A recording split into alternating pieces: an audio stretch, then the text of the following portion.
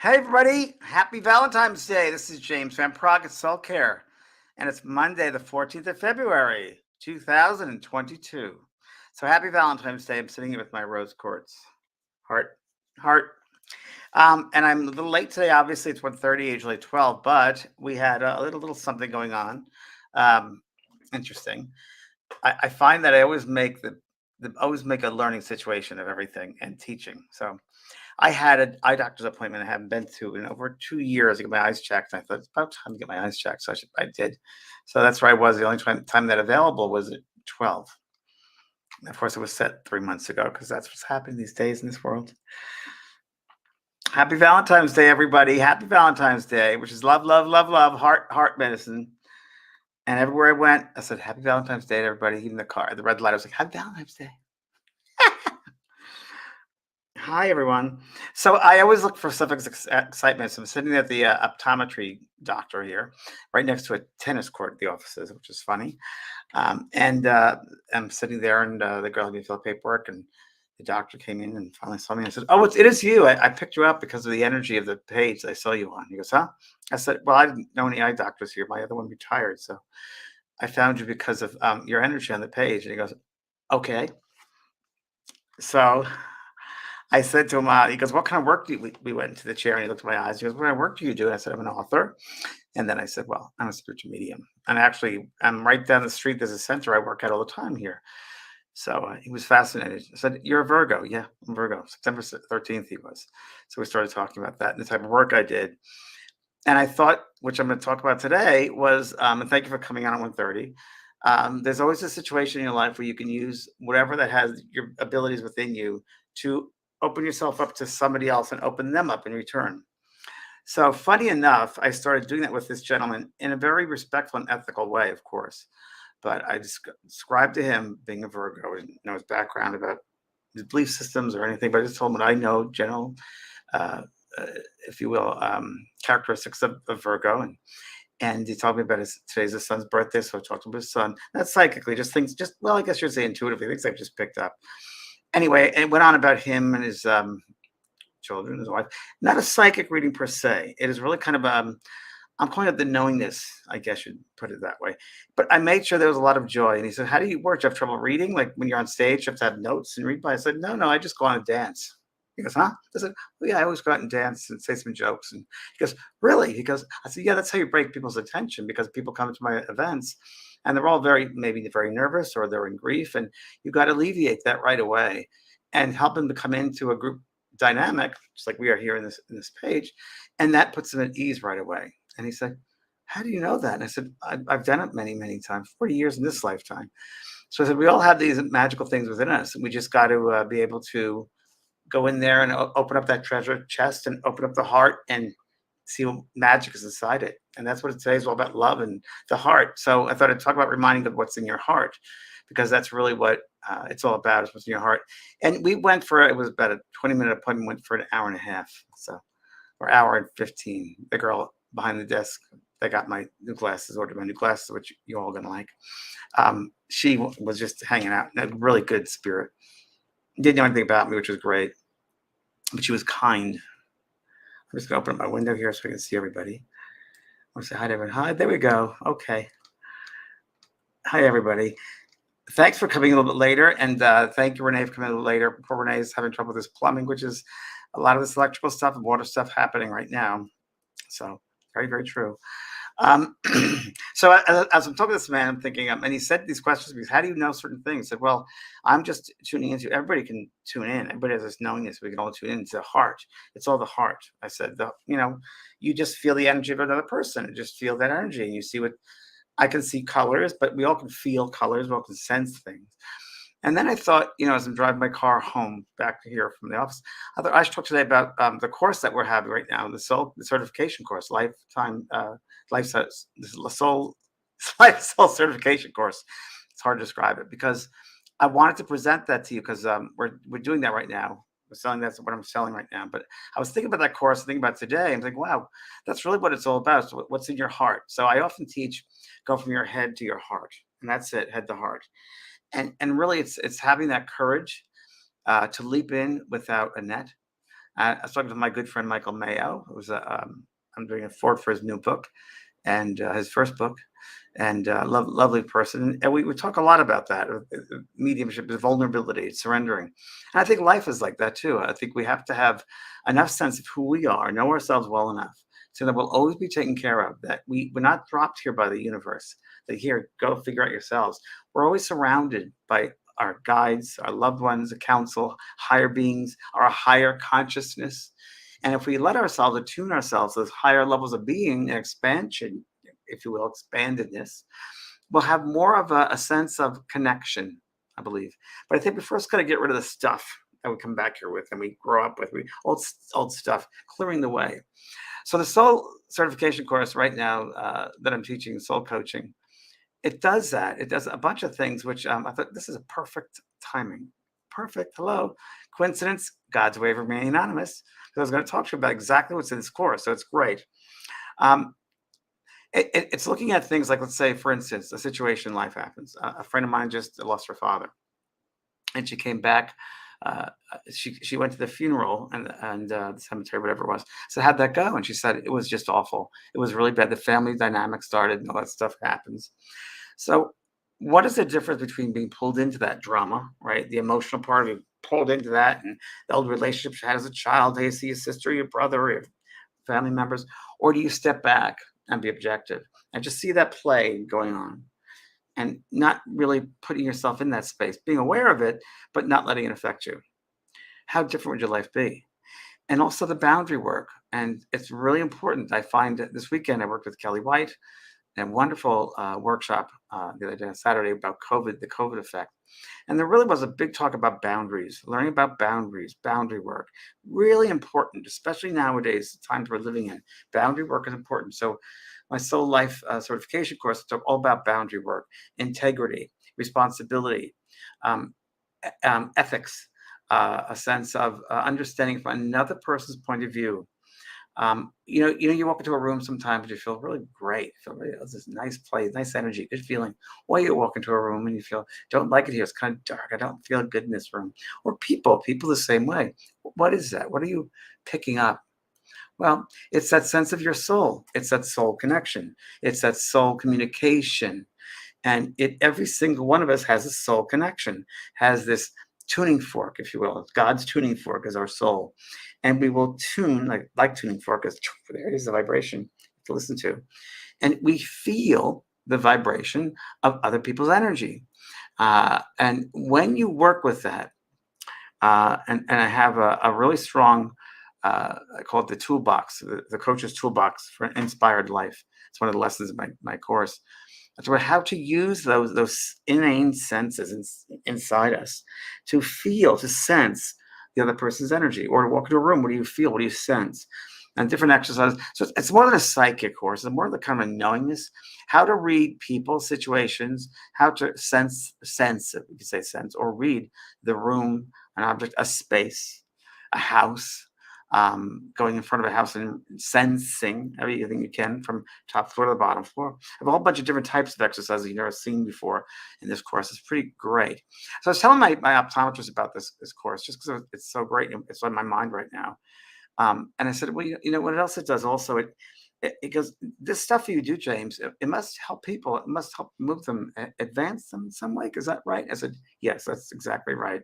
I could say that I'm a teacher. And what I do, his name was Dr. Michael Hahn. And I said, Mike, I call him by the first name, Doctor, old enough. And I like that. He kind of liked that too. I said, well, Mike, really what I'm doing is I'm just a mirror to somebody else's. I'm just holding up that mirror, a reflection to what's inside them. But the person himself has to have the courage, the face, or they have to feel a resonance to, I want to move on. I don't want to be stuck anymore. I don't want to be stuck in the same rut. And of course, we just going through this COVID situation, which, as you remember, the way we first started this SoulCARE was the first week. And I said, well, everyone has to stay at home, which means to me, go within. And remember, I had the show 5 days a week for an hour. And it was really about going inside, really honoring who you are, the values within you. I wonder how many of you have done that this time. So anyway, in the Soul course, I teach people or help people and remind people as I teach people, remind them how to embrace change A lot of people are afraid of change. It's just the unknowingness. It had to feel safe and comfortable in your own skin. Not letting yourself be a welcome mat. Not at all. It's really that. It's discover. Also, once you get that sense of who you are, which it also helps you to learn about your own soul and your own soul's belief systems, your own soul's perceptions, and how do they differ from someone else's. And you got to realize also that you're different. Everyone is unique. Everybody is a diamond. With each experience, it's a facet cut from that diamond, which makes it brilliant, more brilliant. It shines more. I really believe that. So, how to honor that and live that life, live that spiritual life. And once you recognize that within yourself and you start having a mindfulness about that or a way of life, really, you begin to be aware on that certain level of receptivity, of knowingness, that when you run into people, you'll just know things, you'll just feel things on a soul to soul level. So it's reading someone or knowing someone, I should say, on a soul to soul level. That's one of the things. So I want to share that with you. Okay. So questions, any questions you'd like to ask about the course or about me or about Valentine's Day or there we go. That was a long monologue, but I've just been thinking about the course all day today because it's not going to last much longer. And talking to the optometrist was so great, but the heart it's all heart. And today's Valentine's Day, so it's like perfect. Oh, yourself, Angie. Renee, I was looking at the same one you wrote, put it up. Angie Gangle, I need to learn to protect myself more than when is this boundary class? Well, Annie, number one, you have to listen, right? God gave us 2 ears and a mouth to listen. So right now, at this moment, is this course. So you can go to the link that we have provided. Renee, you have a link here for the course, yeah? It's eventprog.com. I'll put the link up for you, sweetheart, and show you. But it's ongoing. So right now is a course, and it's about 8-week course, 8-lesson course. Now you'll see it underneath my name here. I'll put the link here underneath my name. There it is. Okay, right there, sweetheart. JVP School of Mystical Arts. There it is right there. Okay. Life coaching. Doris, I have a question. What a pretty lady. I have love to ask you, James. Okay, and that is, do you or can you still make contact with someone on the other side of the veil if they have gone into another dimension or reincarnated? Yes, and the answer is they're always there. So that the essence of what you know, that personality that you knew in this physical life, this is a big toe to the soul. Remember, only 30% of our soul, 70% is already in the other realms. So that personality you remember will still be there for you, because we tend to come back. And all I can tell you is what I know, and I'm going to say it's limited because we have blinders on here. That we come together, the soul group, if you will. You belong to soul group. That group comes together again. Every single one, they get back over there, so that you will see them again. So you get the personality, and remember, you will see them again. I've never had, well, because I never, I've never had a situation where they said they've reincarnated. I've never had that happen. Okay. Oh, thanks, Renee. There it is. Valerie Smothers. Can the energy in the room affect the attitude of the person? You bet. Good question, Valerie. Of course it can. Because especially if you're an empath or a sensitive person, you're a sponge. So you're picking up all the energy of that room. And sometimes you internalize it and make it your own, which you shouldn't do. So I talk about this specifically in the course, in the life coaching course, the certification course. I talk all about energy, how to sense your energy, someone else's, the energy of the room. Yeah. It's so funny because it's just so weird. I'm really good at, it's so funny. I'm redoing a cabinet in my living room. And I went to this, with this cheap designer guy, I guess they'd say. And he said, show me cabinets. And I went and they said, it's this one right here. And he said, what do you mean? 10 minutes. I gave you 2 hours of my time. But, oh, no. I know what I want. I know what I know. I know what it feels like. Like, how did I do that? And I think it's part of knowing yourself and knowing that you know the world and letting yourself know that. So it all falls in hold about surrender. Okay. Thanks, Valerie. Holly Swanson. Okay. I've read just about all of your books now. About all my books or all my books? TJ Reid, Looking Beyond, children's book. Good book. Pertaining to growing up in heaven. Oh. As souls are timeless and often reincarnate, why are those who died as children still at the age of afterlife, going to school, playing with their children, and growing up in heaven? Don't those things suggest there is time on the other side and they're still finishing up the most recent life? Great question, Holly. So number one, your child is okay and safe. There's no hell. There's nothing. That's the loving place. So that soul may choose to present themselves to a medium as they were on the earth. So if they were a child that passed over at the age of 8 or 10 or even 4, they will present themselves like that. Many times they're not really like that over there, but this is how you would recognize them, right?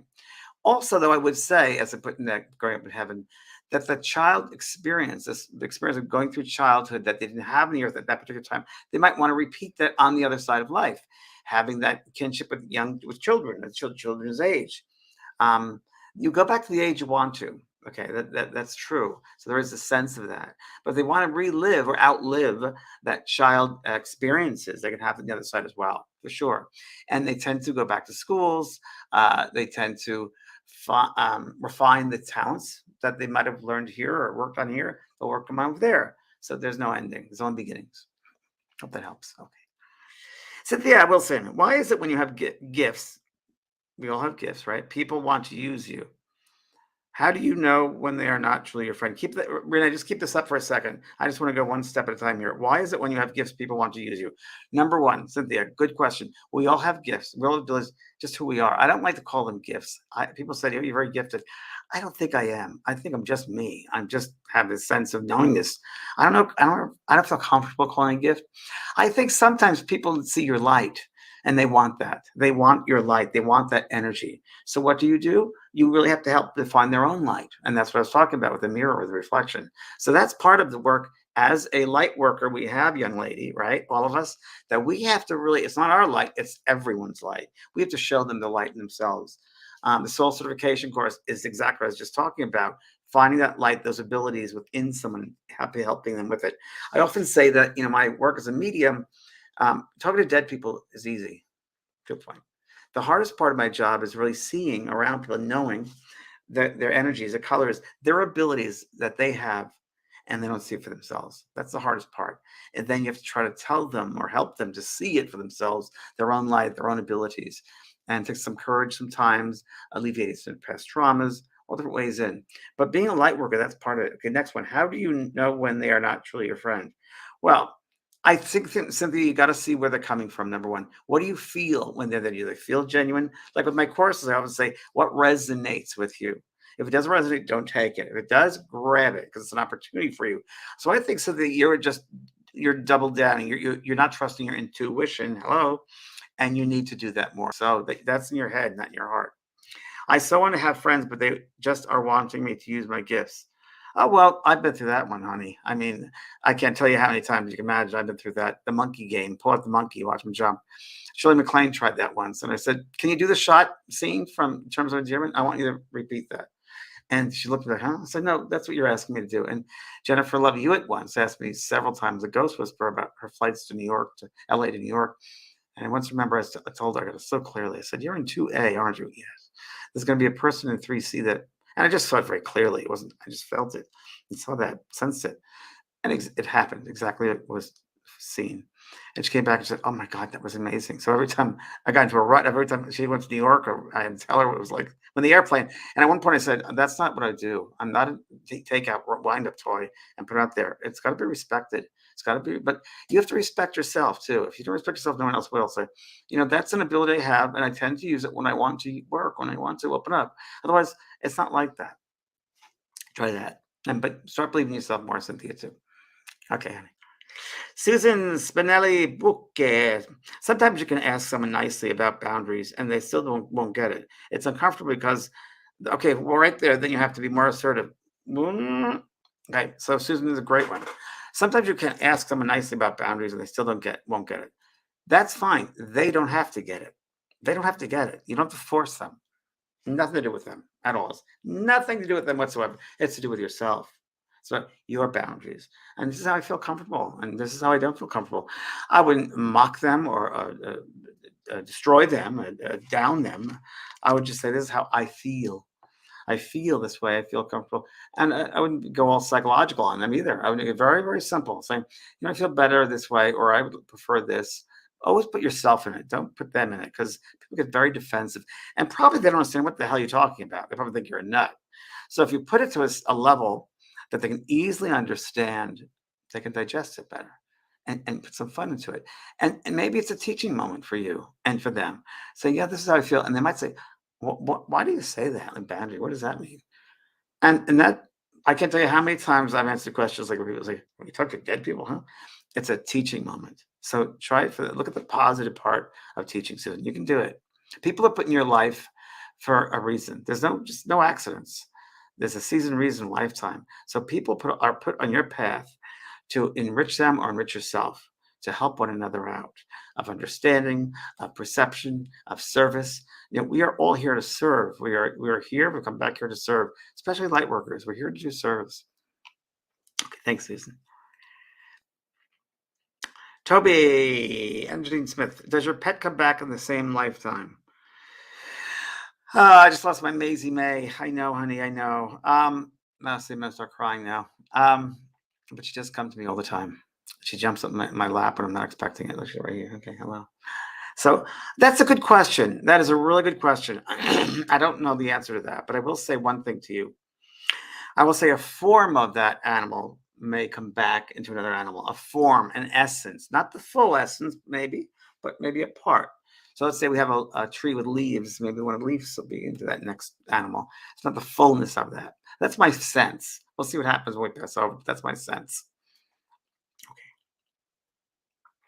Linda Dunharris, 11. Okay. Hey, James, question. Do you just visualize a mirror to return the energy back to whom you're feeling it from? Thank you. Well, in the course, I do it different ways. So I can't remember offhand because I remember I channeled this soul course, soul certification course. So um, different ways, honey.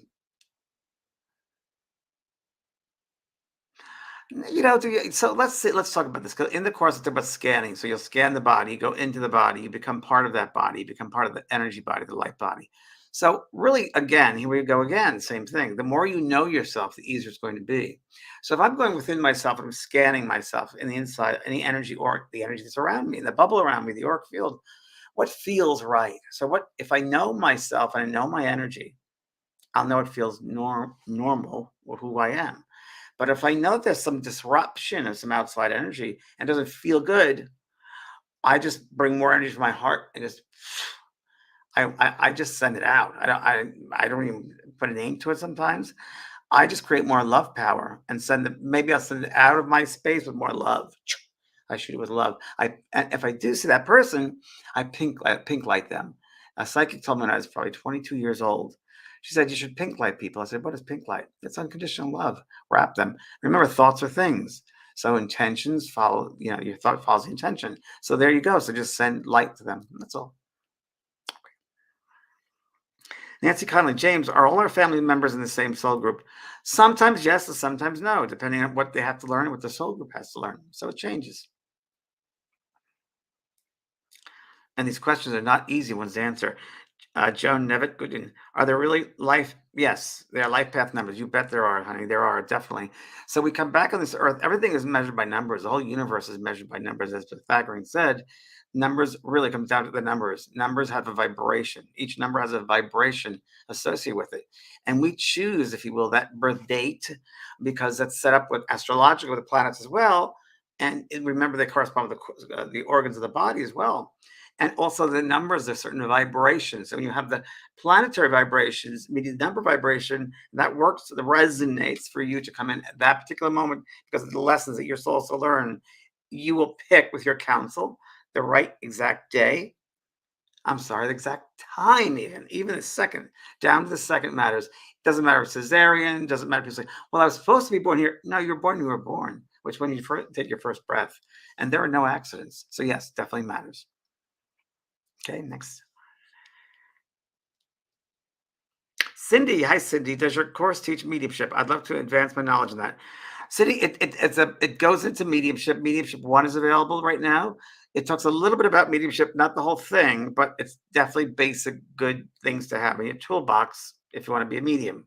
Because a medium, part medium is psychological, psychology, therapist, uh, empath, uh, I perspective changer. So it changes things. It's really good to have a whole rounded experience in mediumship. I find that people that just take one course in mediumship and that's it doesn't work well. And the mediumship will show you that. It becomes very mediocre. I think mediums have to keep on learning all the time, including myself. I'm learning every single day. I'll sit down with a book and I'm like, oh, wow, I'm different thinking of it from this perspective. Great medium, Eileen Garrett, reading her book right now. Eileen Garrett, an old medium from England, lovely, lovely medium. Read as many books as you can on mediums and the work itself. Yeah, definitely everything can. Okay, next question. Stephanie, how you have wow, you have a payment plan for the course. Yes, all my courses are payment plans. You kidding? Yeah, and a lot of people do the payment plans. It's easy. It's much easier, and then we're not pressured. You don't feel like I do it right now. I mean, I lowered the price for this moment because of you want to put the link up again, Renee? That'd be great so people can see that. Yeah. So Stephanie, all my courses, if you go to school, all the courses are some of the payment plan, except for like the $40 courses or $20 courses. We're actually just before this phone call on my way home from the eye doctor. I was talking to the website people, and my new websites are coming up, so you'll be seeing them next month. So I'm redoing a little bit of the courses, changing things up a little bit, make it look pretty, and so you like it. New change. Okay. TJ, preserve your energy. You can teach someone, narcissist, who thinks they know it all. Yep. Judgment, boundaries, learning for yourself. Yep.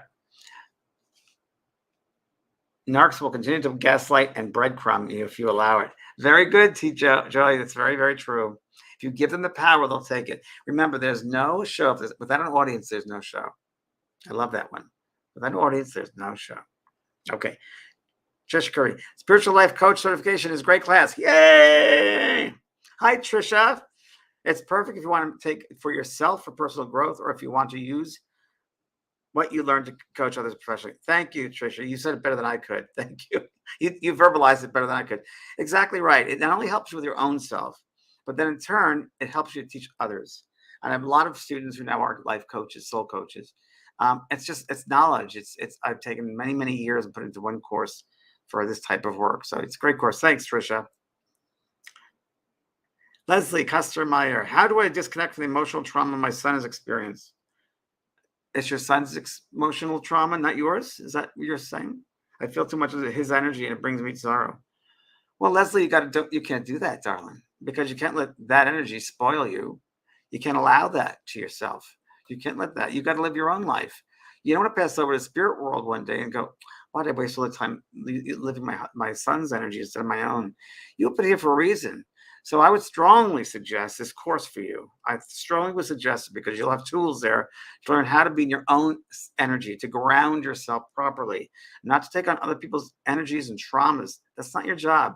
You can be a mother, but you can disassociate yourself in a healthy way and be a better mother actually for that, because you can see things much clearer. You're not trying to fall down to every whim that your son wants. So you've got to take care of yourself. Put your seatbelt, put your face mask on first. There's a reason for that. It's important. So you got to start working on yourself, my love. Perfect timing for this course. Perfect for you. Yeah. Okay. Joan, is everyone's passing different? Yes, everyone's birth is different. Everyone's passing is different. Passing itself, there's no pain whatsoever. Can you breathe? That's what passing is. You take a last breath out. And I helped a friend of mine do before it passed over. And that's what it was. It was helping, saying, it's like a feather, blowing a feather. And just blow out. Now you're out and go with the feather. That's what happened. Really the worst part of that transition is how to get there. It's life itself. Oh, so that's what I think. I think so many people have trauma and upset. I just thought of this about death. Because I think in a soul, this just came through to me. I think at a soul level, maybe there's a soul memory that we realize that we relive everything. We have a life review when we pass out of the body, and that we relive everything we've done to another person 10 times, 20 times, 30 times stronger. We relive it from their point of view. So maybe there's part of us which says, don't want to do that, don't want to do that. Oh, and maybe that's the fear of death. I'm just hypothetical. But I think maybe that's it. And also religions, belief systems, the whole emphasis on heaven and hell and purgatory, all these different humans create such chaos. I mean, it's really simple. It's love. It's all about love. And it's how far away we are from love. God, in its wondrous way, which we have no clue what that God energy is, it's so beyond this three-dimensional world. The closest thing we have is love. Love is that pure light, that pure whatever. Can't even describe it. That's where you're going. That's where you're going back to. This sliver here called the body is just a small piece of your soul, small piece of that God light. You know, when you feel happy and joyful, that's your God self. That's your God self. So live it every day. What holds you back from living that God self? Humans? Is human part of you? Judgment? Limitation? Fear? Caring what other people think of you? If you care what other people think of you, then you're not yourself enough. You're not loving yourself. You're not totally loving yourself. And I'm not talking about ego. I'm talking about loving your essence, who you are. You've come back on this earth to make a difference. You're just not dropped here. You're set. This whole thing was all set up for you to make this incarnation at this particular second. I suggest everybody make the most out of it, because my sense of success of a life is when you look back at your life, say, I made that place better than I found it. I put the toys away. I made it better than it was when I first got there. That's a successful life. And if you can help one, two, three, thousands, hundreds, millions of people along the way, if you can service and assist that troubled soul, you've done your work. You've done your work. Just look at the opportunities that are provided to you to help others and be of service to others. Really just help. And that's I'm going to end on that. But tonight I'm going to talk to you about, really at 6 o'clock tonight, right here. Kelly White, my good friend Kelly White, and I have Both Sides Down Beyond. And tonight's show is about Edgar Cayce, the sleeping prophet. So Edgar Cayce was well-known trance mediums of our day. I have some fun stories about Edgar Cayce, including him coming to me several times, and some of the fascinating things when I went to the ARE, Association of Research and Enlightenment. That was his company, his brand, his spiritual center. So I have some stories about that tonight. So anything you want about Edgar Cayce, tonight at 6 o'clock. Thank you, everybody, and we'll see you at the course. And we have our first quick kickoff call tomorrow. So if you sign up now, the first call is tomorrow afternoon at 4 o'clock. And we'll do a first live call tomorrow for the Soul Certification course. So I hope you can join me then. And thank you, everyone. God bless you. Peace.